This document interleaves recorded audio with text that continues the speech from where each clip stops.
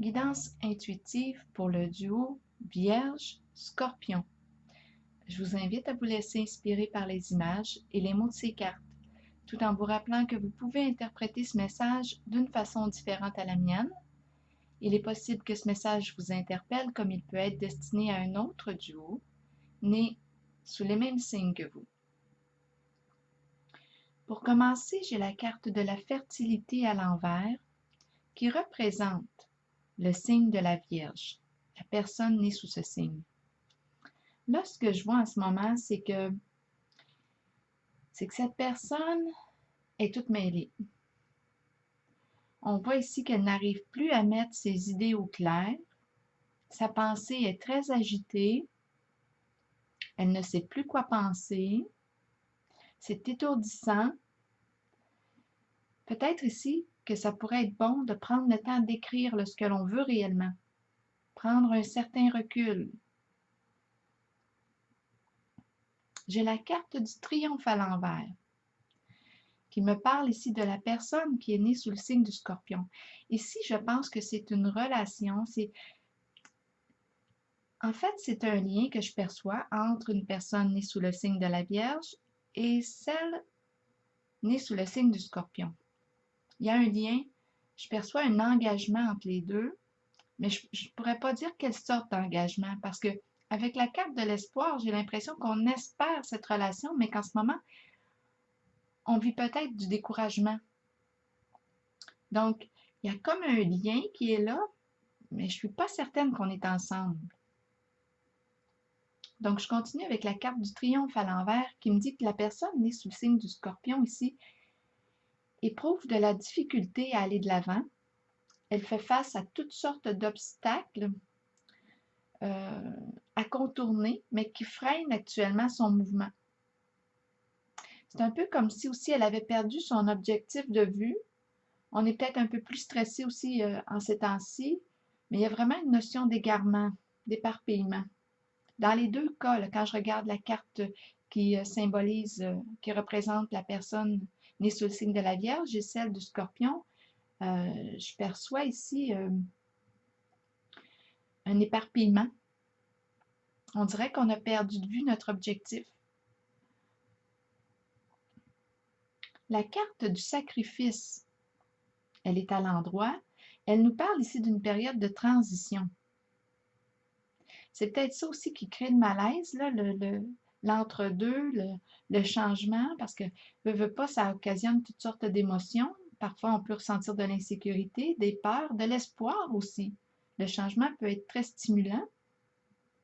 On peut l'espérer, ce changement. Mais la carte du sacrifice nous parle de l'importance de laisser aller ce qui ne nous convient plus. Elle nous parle de dépouillement, de lâcher prise. On s'allège, on se libère. On est dans un processus de transformation ici. On se prépare à un changement, à quelque chose, pour s'ouvrir à quelque chose de nouveau, de stimulant, de vivant. Comme je le mentionnais, la carte de l'espoir à l'envers me dit qu'on est peut-être en train de se décourager concernant cette relation. C'est comme si on avait perdu le sens. On ne sait plus où est-ce qu'on s'en va. Il y a vraiment une notion de désorientation en ce tirage et il y a un temps d'attente qui semble être long. J'ai pigé 2 cartes de mon jeu haut et c'est la carte se libérer de et celle où on voit le ciseau couper le tissu rouge, c'est la coupe du ruban rouge peut-être, qui nous parle ici de début, de commencement, mais on doit se libérer de quelque chose. Et j'ai pigé 2 cartes de mon jeu de l'horoscope de Béline et c'est la carte du labyrinthe et celle de la sagesse. J'ai demandé de quoi est-ce qu'on devait se libérer. Et c'est la carte du labyrinthe ici que j'ai pigée qui me dit qu'on tourne en rond dans quelque chose. On ne trouve pas la façon de se sortir d'une situation. Il y a peut-être ici un lien avec vos pensées, l'agitation mentale qu'on a vue avec la carte de la fertilité à l'envers. On tourne en rond, on est confus, on n'arrive pas à trouver de solution, c'est le labyrinthe. c'est une difficulté après l'autre, il y a quelque chose d'envahissant, on vous invite à vous libérer de tous ces problèmes que vous avez essayé de résoudre,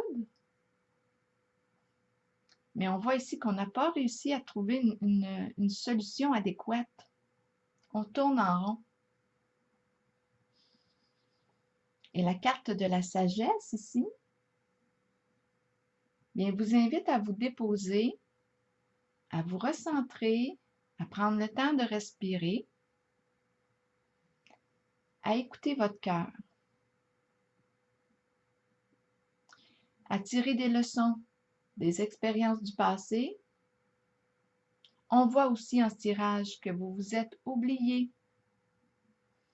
Et là, on vous invite à vous ramener à vous, à ce qui est essentiel pour vous, de vous ramener à vos valeurs, à ce qui vous donne le goût de vivre.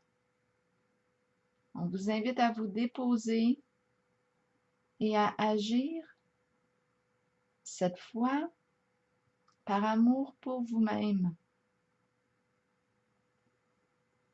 Alors voilà, ici en ce tirage, je vois qu'on doit se libérer de quelque chose pour permettre le nouveau départ, le commencement, le début.